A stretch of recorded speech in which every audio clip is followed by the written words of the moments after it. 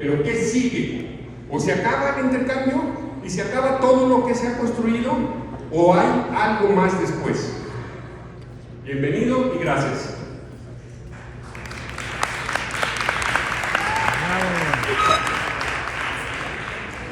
¿Qué tal, gente? Yo soy Juan Diego Ferri, intercambista 2017-2018 a Taiwán. Toda una experiencia para aquellos que les tocó Taiwán, no tienen idea de lo que les espera. Y sé que no tienen idea porque posiblemente no conocen mucho del país ahorita, pero no saben lo que les espera.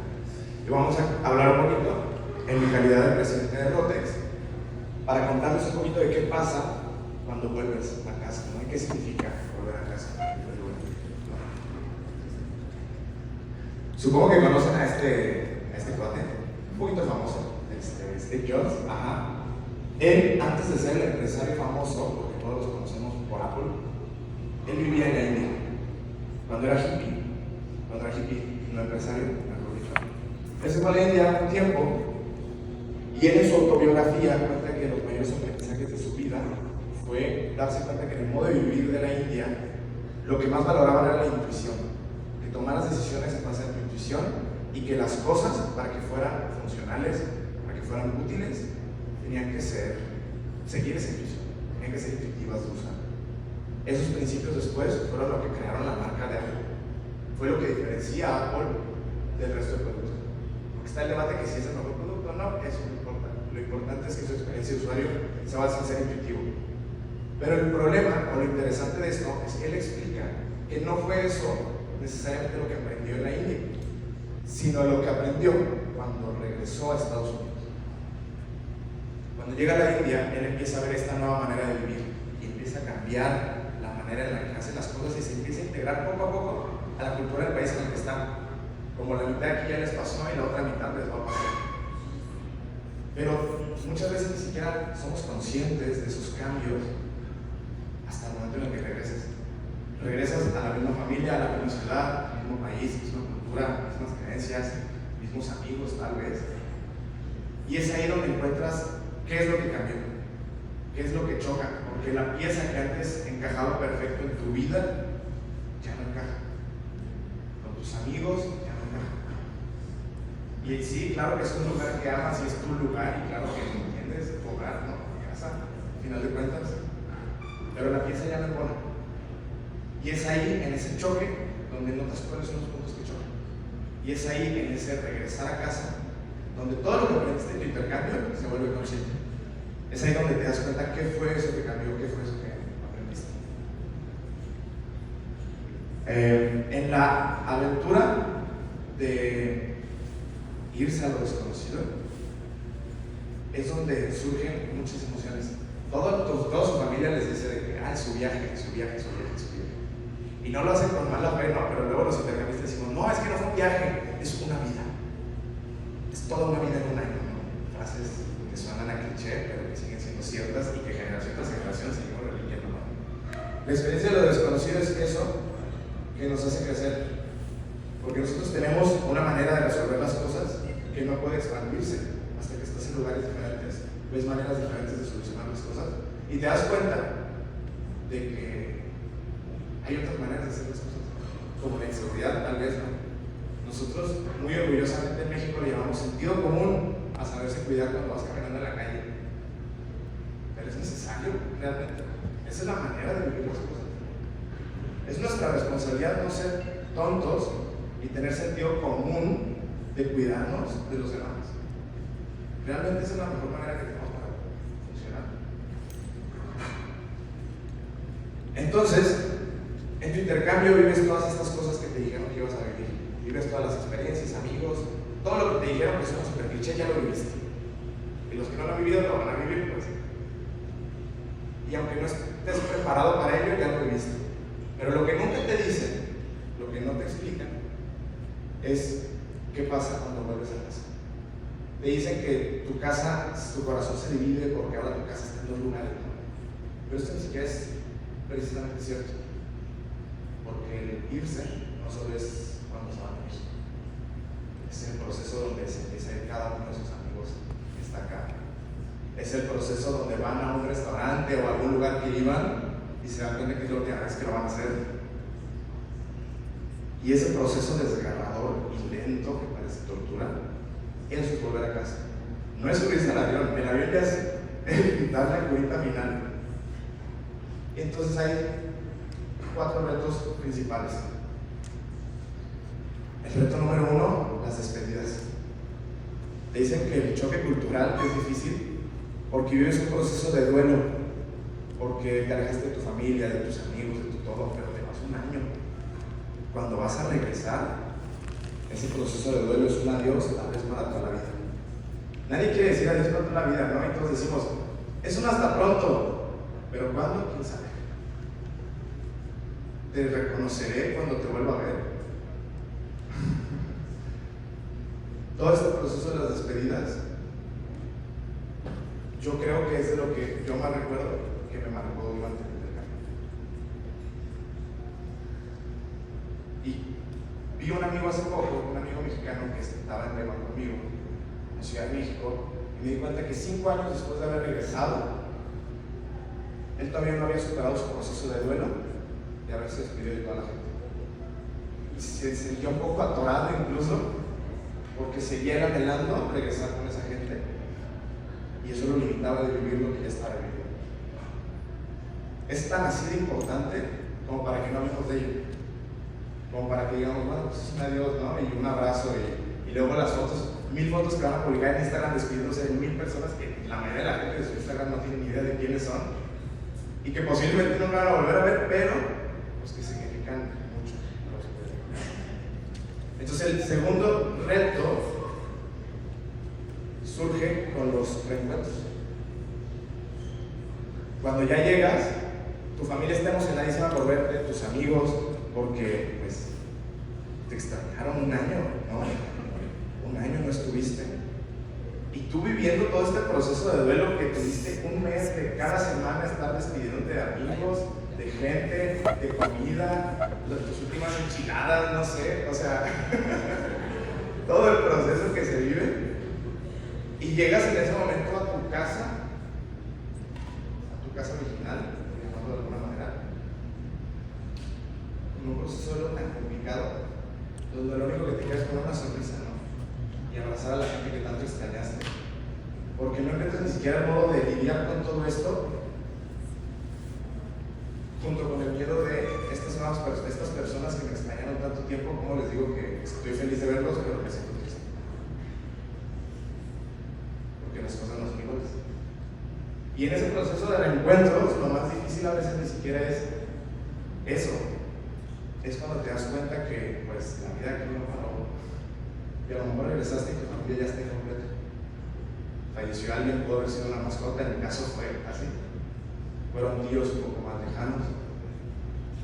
Pero también darte cuenta que a lo mejor tus amigos pues ya no convives tan chido como ellos, con ellos. Tal vez se desintegró incluso la ahorita amigos, porque entre que tú te fuiste, entre que pasaron muchas cosas en un año y ya ni siquiera conviven igual. Y tú todo un año estuviste recordando, voy a volver con mis amigos, y luego llegas y dices, pues mi cotorreo ya es diferente. O sea, ya convivo y platico cosas diferentes. Entonces toca un proceso donde los reencuentros se vuelven de nuevo despedidas, donde te vas dando cuenta de en qué lugares ya no encajas. A lo mejor cuando te fuiste querías estudiar una carrera universitaria y regresas queriendo estudiar otra. Como la mayoría de gente tal vez es negocios o relaciones internacionales, ¿no? Pero todo cambia, ¿no?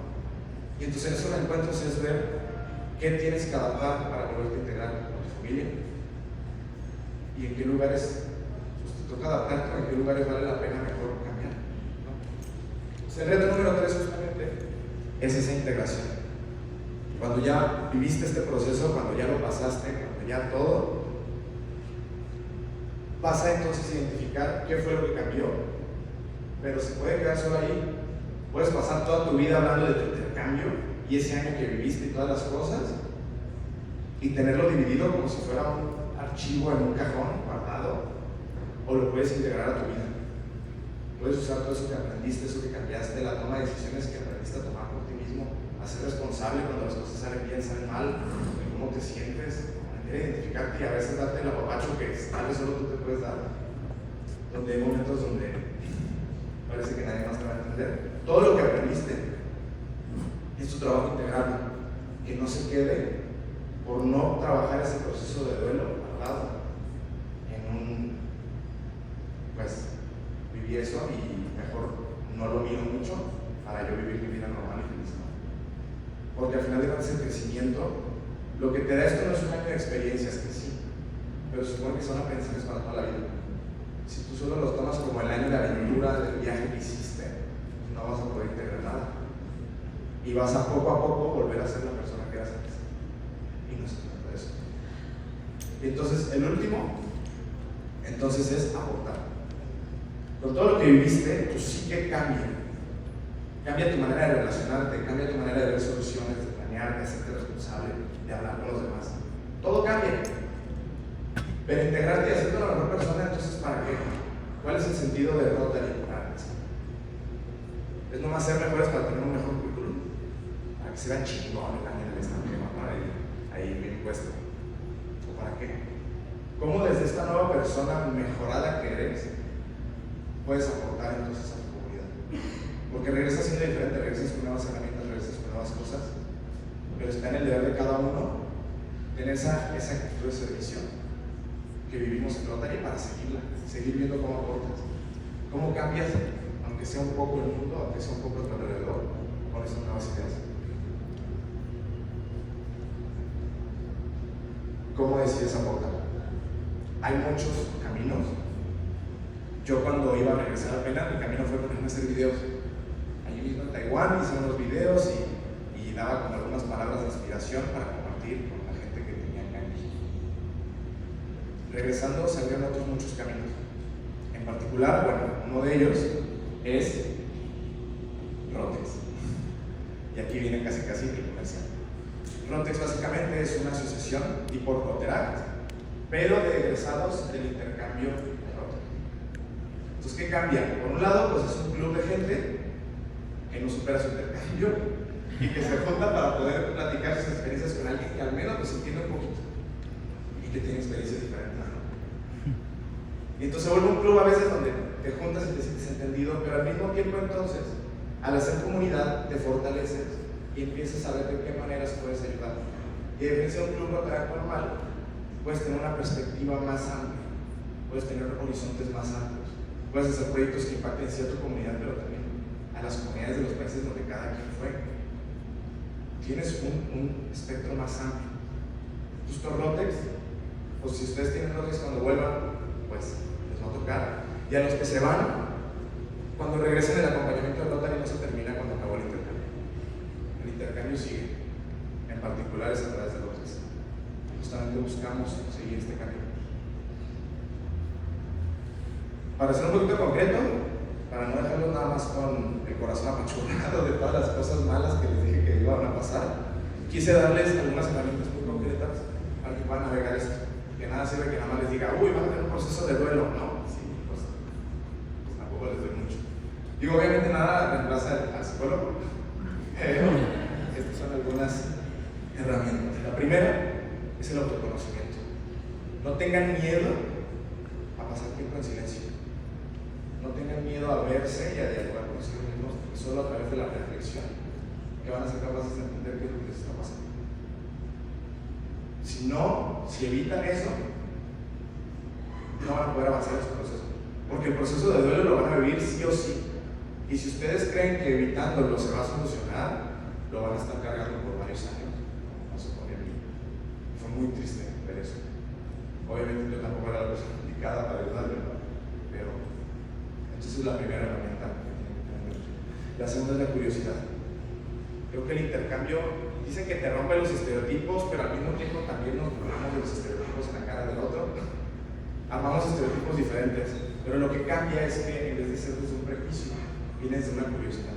Una curiosidad de por qué el otro piensa de la manera que piensa, por qué se expresan de la manera que se expresan, por qué se comportan de la manera que se comportan, por qué, si estás en un país que es muy seguro, por qué es seguro ese país y el mío no, ¿sabes? Todo eso solo puede salir desde la curiosidad. Si vienes del juicio, no llegas a nada. Si vienes del juicio, empiezas a decir, no, es que estos son unos no sé qué, nosotros somos unos no sé cuántos y estamos perdidos. Cuando es desde la curiosidad, empiezas a empatizar, a entender entender que las cosas no son blanco o negro, ¿no? Son matices. Y empiezas entonces a poder integrar un poquito todo eso, todas esas diferentes culturas, todo eso que te aportamos. Y entonces, la última justamente es la interculturalidad. Hay dos términos acá, académicos, que no me voy a meter a detalle, pero es multiculturalidad e interculturalidad. La multiculturalidad es solamente reconocer que la otra cultura existe, pero eso forma guetos, eso forma divisiones. Es como que como mexicanos reconozcamos que los indígenas viven y tienen sus derechos, pero nos mantenemos aparte.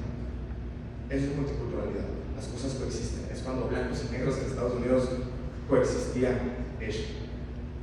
Pero entonces la interculturalidad es dar un paso más allá y ser capaz de llegar al diálogo.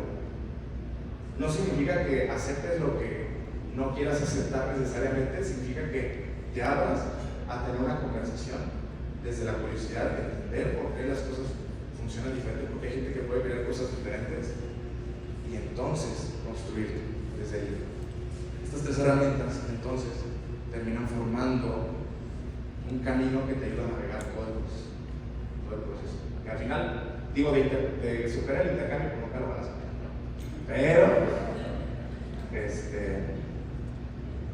Pero sí lo van a ver de manera diferente. Y en vez de verlo como algo que te hace triste, que te da saudade, que no sé qué, en vez de verlo así, lo van a poder entender como una pieza clave que fundamenta a las personas que se van a convertir. Entonces, ¿qué significa volver a casa? En ese contexto, volver a casa significa volver a casa uno, o sea, de la nueva casa a la antigua casa. Te dicen que la casa se divide en dos, y eso no es cierto, porque aunque luego tú vuelvas al país al que fuiste, pues nunca vas a ser igual. Porque tu casa no solo era el país donde tú estabas, o la familia donde estabas, eran todas las personas de las que se rodean de muchos países, y todos es como cuando conoces a cualquier intercambista que se fue a cualquier lugar, y aparte del idioma del lugar, regresa hablando portugués por la cantidad de brasileños que hay en todos lados.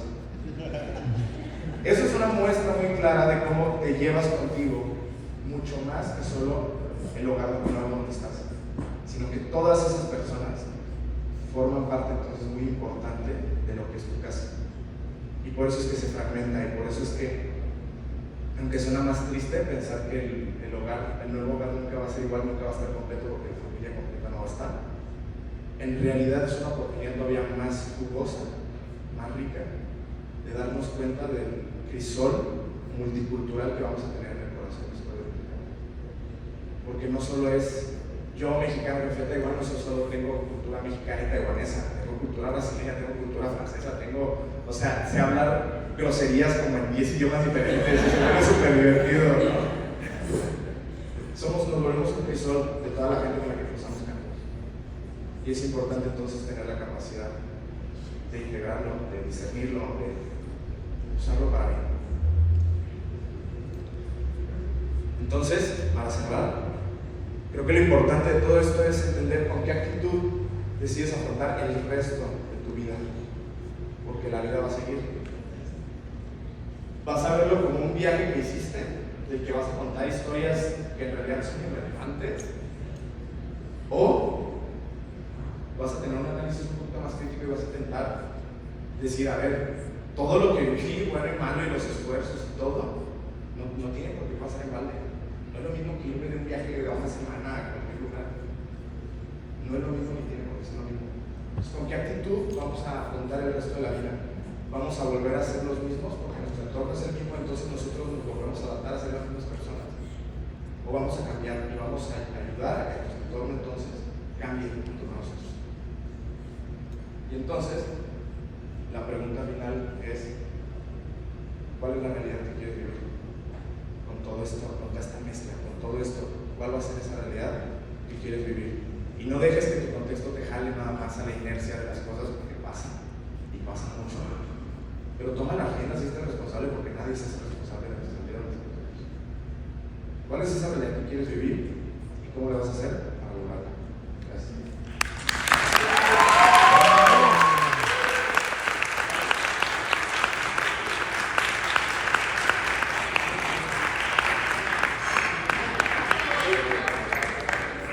Muchísimas gracias, Juan Diego. Pues ustedes ven,